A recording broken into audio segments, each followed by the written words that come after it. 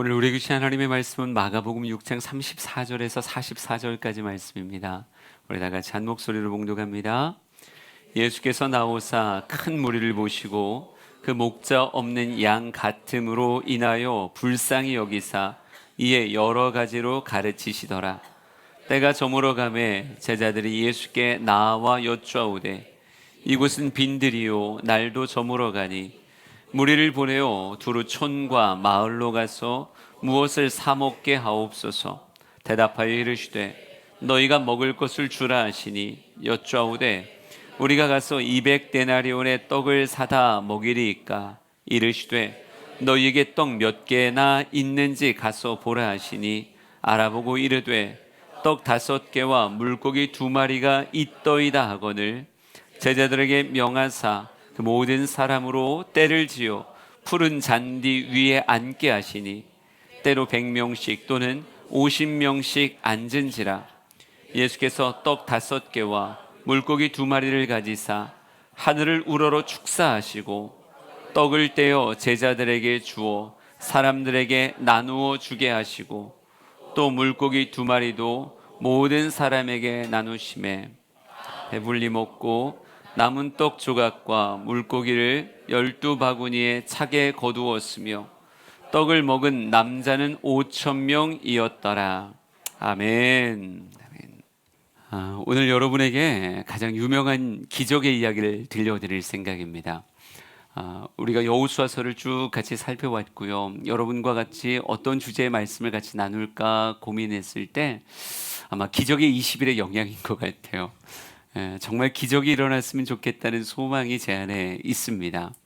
저의 삶에도 여러분의 삶에도 기적이라고 하는 단어는 인간의 손끝에서 만들어낼 수 있는 게 아니잖아요. 사람의 영역을 벗어날 수 있어야 비로소 기적이라고 말할 텐데 그 영역은 분명히 하나님의 영역이겠죠. 우리 사랑하는 모든 성도의 삶에 하나님의 기적이 부어지기를 소망합니다. 그래요. 간증이라고 하는 것에 있어서 듣는 자만 되는 것이 아니라 간증을 말할 수 있고 여러분의 일기에 적혀지는 그런 놀라운 복이 있었으면 좋겠어요.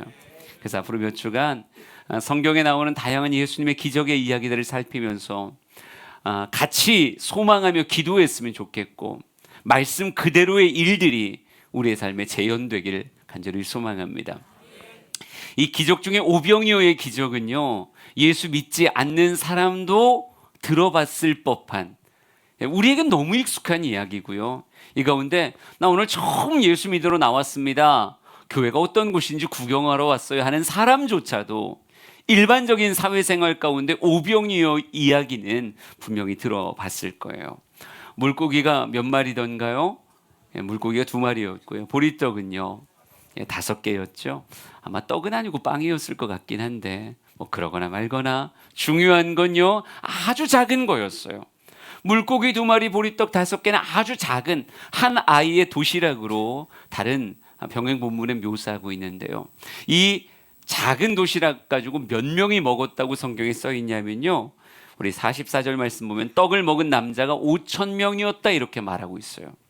5,000명이 먹었다, 그것도 남자만이라고 말하고 있으니 여러분 남자만이라고 얘기했을 때 남자의 수에 들어오지 못한 또 다른 사람들이 얼마나 많았을까요?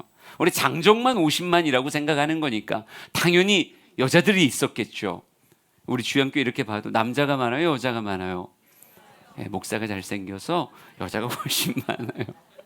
그런데 아마 예수님도 그러셨을 거예요. 여자들이 더 많지 않았을까? 장정에 들지 못하는 아이들도 있었을 거고요, 나이 많은 사람들도 있었을 거예요. 그래서 성경학자들은 이 빈들에 모였던 사람의 수를 대략 2만 명까지도 봐요. 2만 명. 여러분, 사람이 2만 명 모인 거 본 적 있으세요? 월드컵 경기장이나 이런 큰 축구 경기 갔을 때 스탠드가 가득 메워져 있는 그런 위용이 2만 명쯤 모인 걸 거예요. 그렇게 수많은 사람이 아주 작은 아이의 도시락으로 배불리 먹었다고 성경에 써 있고요. 뭐가 남았다고요? 12광줄에 남은 것을 거두었다 이렇게 말하고 있습니다. 여러분, 이 엄청난 기적의 이야기 우리가 어떻게 받아들여야 될까?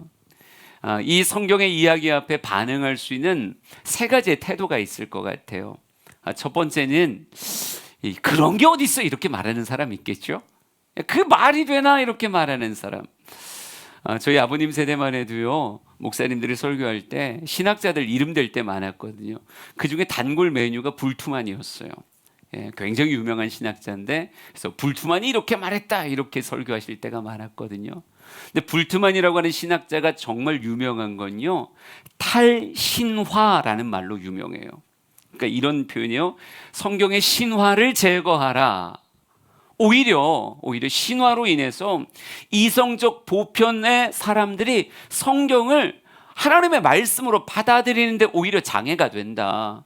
그러니까 성경은 꼭 동화처럼 받아들이게 되니 성경의 신화를 다 제거하고 순전한 말씀과 예수님의 행적의 모습으로만 복음을 삼자라고 하는 탈신화라고 하는 게 굉장히 유명한 불투만의 신학입니다.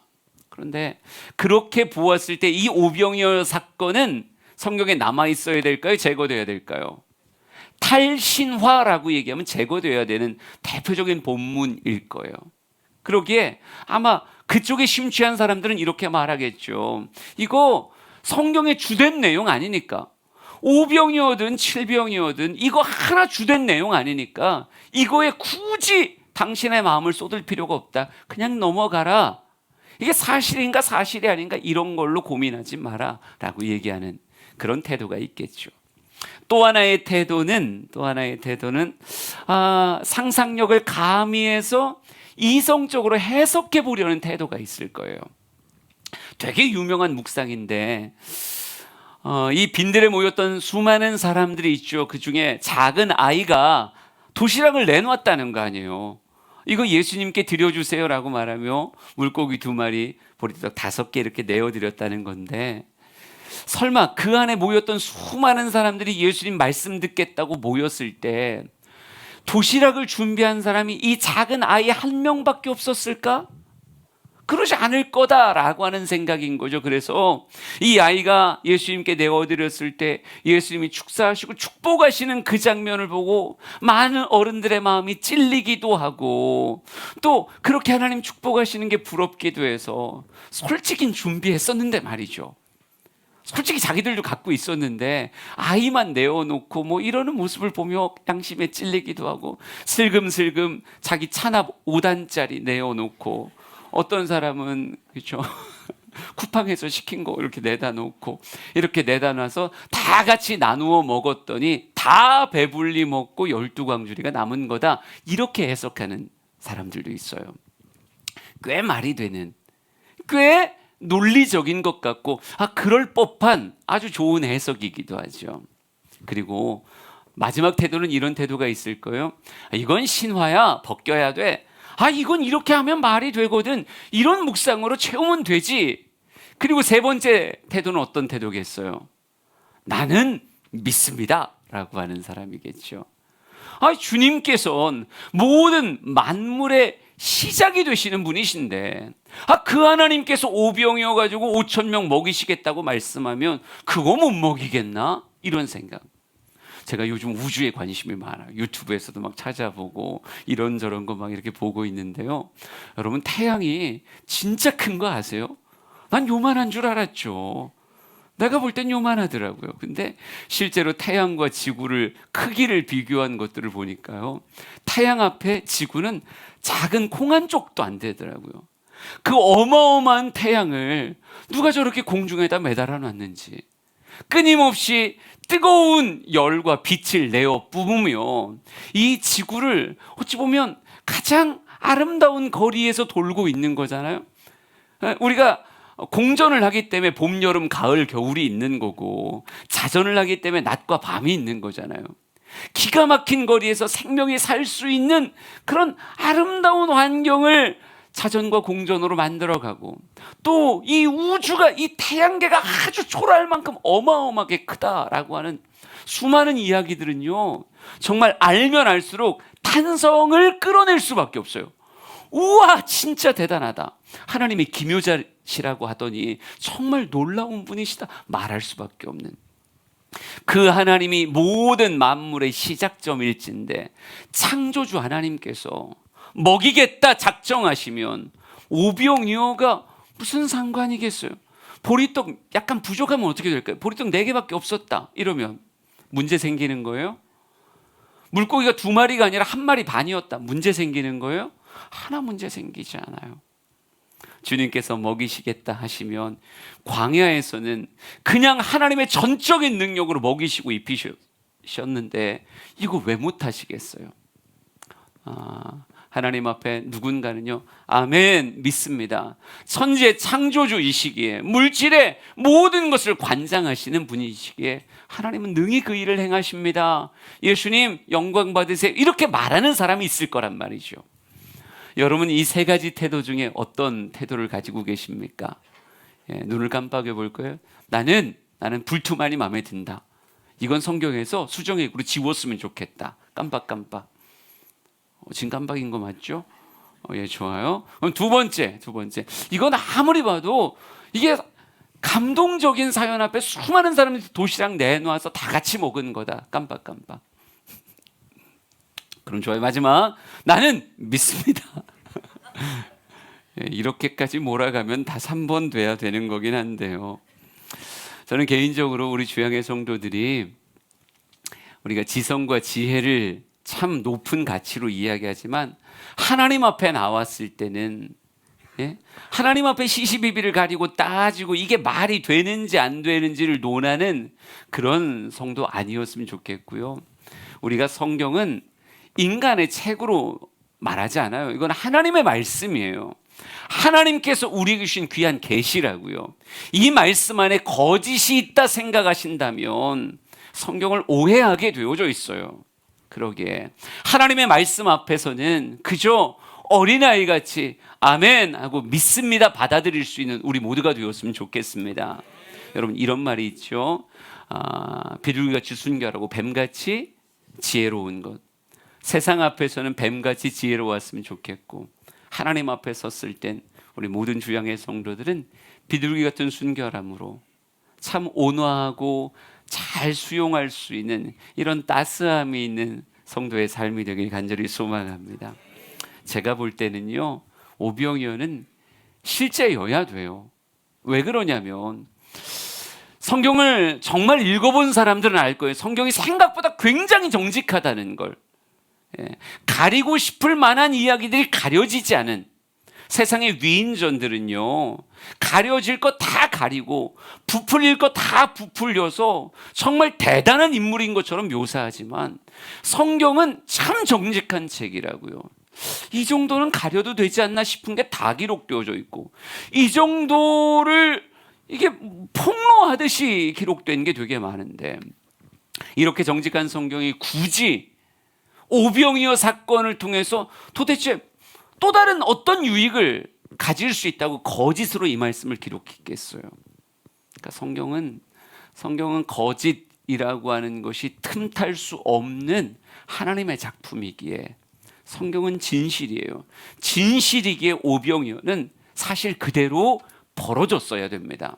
또 하나 만약에 이걸 만약 사람들이 예수님의 위대함을 만들기 위해서 억지로 말을 맞춘 것이다라고 생각해 보자고요. 만약 거짓말을 사실같이 대를 이어 전수하겠다라고 생각했다면 여러분 이걸 기적을 왜곡하려면요 무려 2만 명의 입을 맞춰야 되는 거예요. 이게 가능할 거라고 생각하세요? 일부 예배 때도 했었는데 여러분 이 물을 제가 축사했을 때 금으로 바뀌는 걸로 하자고요. 우리가 그렇게 약속하기로 해요. 약속 안 하는 사람 발 들어보세요. 없잖아요. 좋아요. 그러면 이제 제가 축사하는 거예요. 하나님 이 물이 금으로 변하게 해주세요. 짜잔, 금이 됐어요. 이러고 나서 다음 주에 우리 다시 만나보자고요.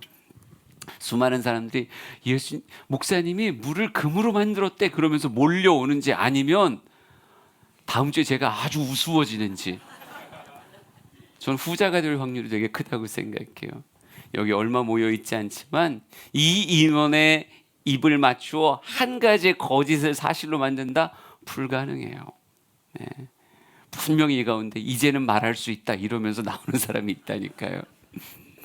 그러니까 하나님의 말씀은 말씀 그대로, 오병이어 사건을 말씀 있는 그대로 주님은 그 일을 행하셨습니다라고 받아들이는 우리 모두가 되었으면 좋겠습니다.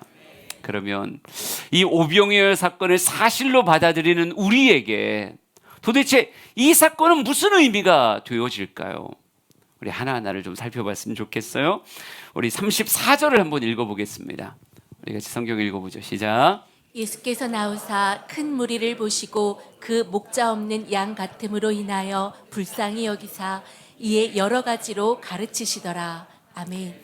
예수께서 나오사 큰 무리를 보시고 그들을 불쌍히 여기사 가르치셨다, 이렇게 말하고 있어요. 오늘 이 기적을 예수님이 행하셨을 때 기적의 수혜자가 된 사람이 누구인가 라고 이야기한다면 성경은 우리에게 이렇게 말합니다. 예수님께 나온 큰 무리였다라고 말하는 거예요. 예수님 자기에게 몰려 나왔던 광야는요, 그 어떤 또 다른 볼거리가 없는 곳이에요. 이 사람들이 엉뚱한 다른 기대를 가지고 이 광야로 나왔던 게 아니라 그곳에 누가 계시기에? 그 빈들에 예수님이 계시기에 예수님 보고 싶었고 예수님 만나고 싶었고 그분의 이야기를 듣고 싶다는 그 하나의 일념 가지고 예수님께 가까이 나왔다고요. 가까이 나온 그들을 바라볼 때 예수님은 무엇을 느끼셨어요? 네, 저들을 불쌍히 여긴다라고 하는, 어찌 보면 책임감을 느끼셨다고요. 그들에 대한 책임감을 느끼시며 여러 가지로 가르치기도 하셨고 그들의 굶주림 앞에 배 부르고 남도록 하나님 채워주셨다라고 하는 거죠. 여러분, 기적의 수혜자가 누구인가라고 말하면 예수님을 멀리서 본 사람이 아니라 어떤 사람이요? 가까이 예수께 나온 사람이라고요. 늘 이렇게 말할 수 있어요. 예수님은 온갖 병을 다 고치실 수 있지만 그 시대의 모든 병을 정말 다 고치셨는가? 그렇지 않아요. 예수님은 지혜로 모두를 가르치시면서 그들의 삶에 있던 거짓을 다 깨기를 원하셨지만, 그래서 그 시대 모든 사람이 진리를 알게 되었는가? 그렇지 않아요. 예수님은 다 배부르게 만들 수 있어요. 5천 명, 2만 명이 아니라 10만 명이 된들 무슨 상관이 있겠습니까? 예수님 다 먹일 수 있어요. 오늘날 이렇게 물질이 풍요한 시대에도 굶는 사람이 있거늘 그 시절, 물질이 궁핍했던 시절에 얼마나 많은 사람이 먹는 걸로 괴로워했겠습니까? 여러분, 다른 성경 보면요, 예수님이 이렇게 다 먹이시니까 요한복음엔 막 왕으로 삼겠다고 예수님의 이름을 연호했던 그런 사람들이 나와요. 한 끼 먹여줬다고 왕 삼겠다고 말할 만큼 그 당시엔 먹는 것에 대해서 굉장히 부족했던 시절이었던 것 같아요. 그런데 다 먹일 수 있는 주님께서 그래서 그 당시에 굶는 모든 사람을 다 먹이셨는가? 아니, 그렇지 않아요. 누구를 고치셨어요? 예수님께 나왔던 사람들을 고치셨고, 누구를 가르치셨나요? 예수님께 나온 사람들을 가르친 거고요. 누구를 먹이시고 누구를 채우셨나요? 예수님께 가까이 나온 사람들을 먹이시고 채우셨다라고 하는 거예요. 우리 사랑하는 성도들의 삶이 예수님을 멀찍이 바라보는 구경꾼이 아니라 예수님께 가까이 나아오되 꼭 사도 요한같이 그 품의 기대인 자라고 말할 만큼 정말 예수님께 돌진하는 그런 사람이 되었으면 좋겠습니다. 예수님 보실 때 여러분이 불쌍히 여김을 받아야 돼요. 예수님께 불쌍히 여김을. 그래서 예수님의 책임감을 막 이렇게 북돋아야 된다고요. 예. 자꾸 강아지 얘기해서 그런데 우리 개가요, 나를 한없이 불쌍하게 쳐다봐요. 너무 불쌍하게 쳐다보니까 자꾸 뭐 해주고 싶냐면, 내가 너를 채워주마, 내가 너에게 이걸 공급해주마, 네가 감히 상상할 수 없는 놀라운 일을 내가 너에게 행해주마. 여러분, 성경 보다 보니까 예수님이 책임감 들게끔 하는 사람들이 있더라고요. 어찌 보면 출애굽 백성들 생각해 보세요. 여러분, 물질적으로 풍요한 건 애굽이 풍요해요. 더 좋은 환경이라고. 그런데 정말 자유에 대한 소망을 가지고 하나님 붙잡고 광야로 나와버린 거 아니에요. 여러분, 그들에게 하나님 어떻게 하셨어요? 때를 따라 만나로 먹이시고 메추라기로 먹이시고 주님께서 물을 공급하시고 그들의 전쟁에 개입하시며 정말 순간순간을 끝까지 책임지는 주님의 역사로 가나안까지 이끌어 가시더라고요. 주님 책임감 느끼시니까 그렇게 그들에게 행하시는 거예요. 뭐 다니엘의 세 친구 사드락 메삭 아벳느고가 풀무불 들어가는 거 어떻게 생각하십니까? 예. 다니엘이 사자굴 들어가는 거 어떻게 생각하세요? 뭐 그리 아니하실지라도 뭐 이렇게 말하면서 들어갈 때 엄청난 책임감 느끼지 않겠습니까? 그래요. 저는 여러분이 주님 앞에 서 있을 때 주님께서는 저 사람은 나에게 기댄 자다, 내게 가까이 다가와 나를 소망하는 자다라고 하는 마음이 예수님 마음 안에 들어왔으면 참 좋겠습니다. 요즘 기적의 20이라면서 느끼는 게 그거예요. 여러분 얼마나 피곤하실까요? 하루 종일 일하고 저녁에 예배하되 매일 예배하는 거예요. 지금 4주차가 시작됐거든요. 오늘도 가고 내일도 가고 수요일도 가고 뭐 계속 가는 거예요. 계속 가서 말씀 듣고 간절히 기도하는 거예요. 예. 우리 이번 주까지는 30분 이상 기도했는데 이제 지난 주까지는, 이번 주는 기도 시간 1시간 채울 생각이거든요. 정말 그 50명의 사람들 간절히 기도하며 하나님 앞에 매달리는데 제가 느낄 땐 그래요. 하나님 엄청나게 책임감 느끼시겠다. 안수하며 기도하는 목사도 엄청난 책임감을 느끼는데 지난주에 집회하다가요, 집회 마무리하고 이제 내려가는데 성도님 한 분을 만났어요. 할만하세요? 그랬더니 목사님 좀 피곤하긴 한데 너무 기대되고 소망돼서 할만하다는 거예요. 그래서 멋지세요. 근데 요즘은 어디서 일하세요? 라고 물어봤어요. 그러니까 지난주까지는 세종에서 일했는데 이번에는 무려 보령에서 일하게 됐다는 거예요. 보령에서 일한대요. 그래서 이거 어떻게 해요? 그랬더니 목사님 개근할 거예요. 걱정하지 마세요. 개근할 거예요. 그러더라고요. 그래서 오가는 길 절대 이게 짧은 길이 아닌데 하나님 진짜 저 사람 책임져 주세요. 이런 마음이 속에서 저절로 생기더라고요. 여러분 우리는 진짜 하나님께 가까이 간 자인가? 하나님이 가르치시고 하나님이 채워주시는 사람은 한결같아요. 주님께 가까이 나아간 자예요. 주님은 모든 것을 해결할 수 있는 능력을 가지신 분이신데 누구에게 그 능력을 베푸시는가? 주님께 가까이 나아간 자들. 우리 주양의 성도들의 신앙생활이 멀찍이 있는 자가 아니라 주님을 가까이 따르는 사람 되길 간절히 소망합니다. 기돈의 300용사 이야기 아시죠? 원래 기돈 곁에 몰려온 사람이 몇 명인 줄 아세요? 원래 32,000명이었죠. 다 돌려보내고 몇 명 남기는 거예요? 300명 남기는 거예요. 근데 주님께서 이렇게 말씀하시더라고요. 처음에 사람들 몰려 있을 때 너무 많다 그러세요. 너무 많다. 너에게 기댈 만한 것들이 너무 많은 것 같다. 그러니까 좀 줄여야 되겠다라고 말씀하시더라고요. 혹 우리가 신앙생활에 쏟는 힘이 약한 건, 혹 주님 앞에 기도하는 시간, 예배하는 시간이 아깝게 느껴지는 건 내 마음에 또 다른 기대가 너무 많기 때문이 아닐까요? 우리가 주님을 저 멀찍이 두고도 아무렇지도 않은 건 혹시 내 안에 너무 많은 또 다른 기대가 있기 때문이 아닐까? 주님께서는 의도적으로 그것들을 줄여가며 너는 나에게 가까이 나오는 자, 나를 소망하는 자 되라고 말씀하시는 것 같아요. 우리 주양의 성도들이 주님을 가까이 따르는 주님 곁에 선 자 되길 진심으로 축복합니다. 예, 오비영녀는 주를 가까이 한 사람들이 수혜자가 되는 거구나. 우리 주양생활의 주양교회 모든 성도들이 하나님의 기적의 역사의 수혜자 되길 진심으로 축복합니다. 하나 더 볼까요? 38절과 41절을 볼 거예요. 우리 두 절의 말씀을 한번 쭉 이어서 읽어봅시다. 시작. 이르시되 너희에게 떡 몇 개나 있는지 가서 보라 하시니 알아보고 이르되 떡 5개와 물고기 2마리가 있더이다 하거늘 예수께서 떡 5개와 물고기 2마리를 가지사 하늘을 우러러 축사하시고 떡을 떼어 제자들에게 주어 사람들에게 나누어 주게 하시고 또 물고기 2마리도 모든 사람에게 나누시매. 아멘. 그 장면을 잘 멈춰서 보자고요. 예수님께서 물으십니다. 너희에게 떡 몇 개가 있는지 가서 알아보아라. 이렇게 말해요. 원래 제자들 생각은요, 이거 돈 굉장히 많이 드는 거니까 알아서 다 가서 흩어져서 먹게 하시죠, 이렇게 말했는데, 아니다, 너희가 채워주자, 우리가 채워주자라고 말씀하시더니, 주님은 기적을 일으키실 수 있는 능력을 가지신 분이심에도 불구하고 제자들에게 하나의 조건을 요구하시더라고요. 너희에게 무엇이 있는지를 한번 가서 알아봐라 라고 말씀하세요.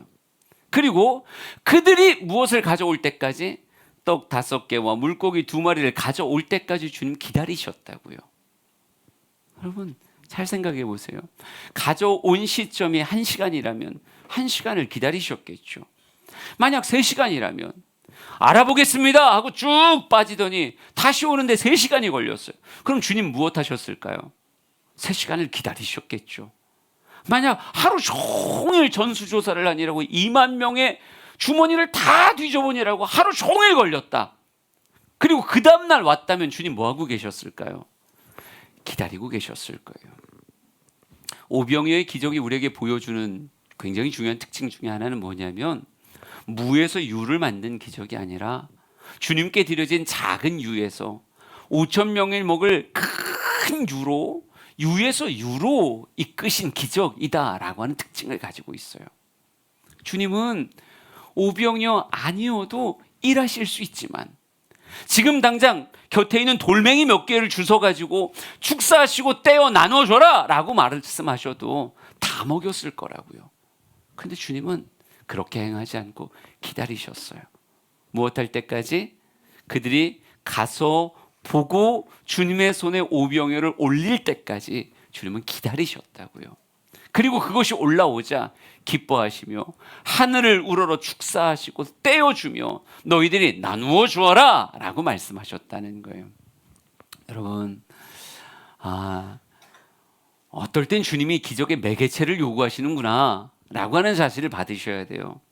주님은 여러분의 삶에 얼마든지 일하실 수 있는데, 때로는 우리에게 너희에게 있는 그 무언가를 나의 손에 올려놓지 않겠니? 라고 말씀하시며, 너에게 과연 무엇이 있는지를 잘 가서 봐라 라고 말씀하신다는 거죠.